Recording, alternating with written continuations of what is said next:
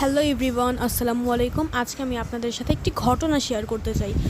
মাগরিবের আজান মাত্র দিয়েছে, হঠাৎ মায়ের ফোনটা বেজে উঠল।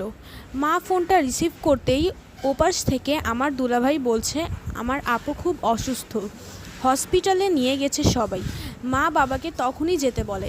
আমিও যেতে চাই তাদের সাথে, কিন্তু মা নিল না, কারণ কিছুদিন পর আমার এসএসসি পরীক্ষা শুরু। মা বলল আজ রাতেই চলে আসবে। এই শর্তে আমাকে একা রেখে মা বাবা আর ছোট বোন চলে গেল। সন্ধ্যা থেকে রাত 10টা পর্যন্ত একাই বাসায় আছি।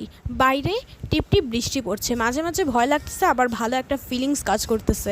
হঠাৎ রাত 11টার সময় কলিং বেলটা বেজে উঠল। দরজা খুলতেই দেখি মা বাবা আর ছোট বোন দাঁড়িয়ে আছে।